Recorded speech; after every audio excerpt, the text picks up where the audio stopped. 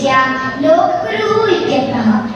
जगद्गुरु इति श्रोतुमवसरे अस्माकं मनसि प्रथमम् आदिशङ्कराचार्यस्य स्मरणम् एव आगच्छति। अस्ति कालघट्टस्य अस्माकं लोकगुरुः भवति जगद्गुरुः इति प्रसिद्धः आदिशङ्कराचार्यः। भारतस्य सांस्कारिकपैतृकस्य प्रचारकः भवति एषः आचार्यः।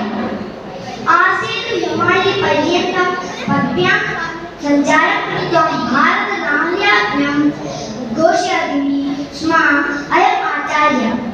अनन्तरं भारतं कथं जगद्गुरुः भवति इति चिन्त्यते चेत् विशदतया। अस्माकं राष्ट्रं भारतम्।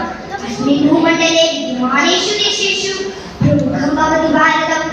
भारतभूमिः न केवलं भौगोलिकस्वरूपयुक्ता मृत्तिकापिण्डमात्रम्, अपि तु जीवचैतन्ययुक्ता मातृदेवता च।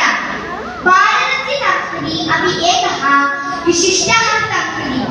मातापिता गुरुर्दैवतं यतो धर्मः ततो जयः इत्यादि वेदवाक्यानुसृतं भारतीयजीवनं वसुधैवकुटुम्बकम् इति चिन्ता भारतस्य मुखमुद्रा अस्ति। भारतस्य महिमया भारतं जगद्गुरुः इति मन्यन्ते। भारते जनाः नानावर्णाः, नानामतस्थाः, नानावेशभूषधारिणः च सन्ति, किन्तु सर्वे जनाः ऐक्येन सोदरत्वेन च जीवन्ति। परस्य कष्टं मम कष्टम् इति मन्यन्ते भारतीयाः।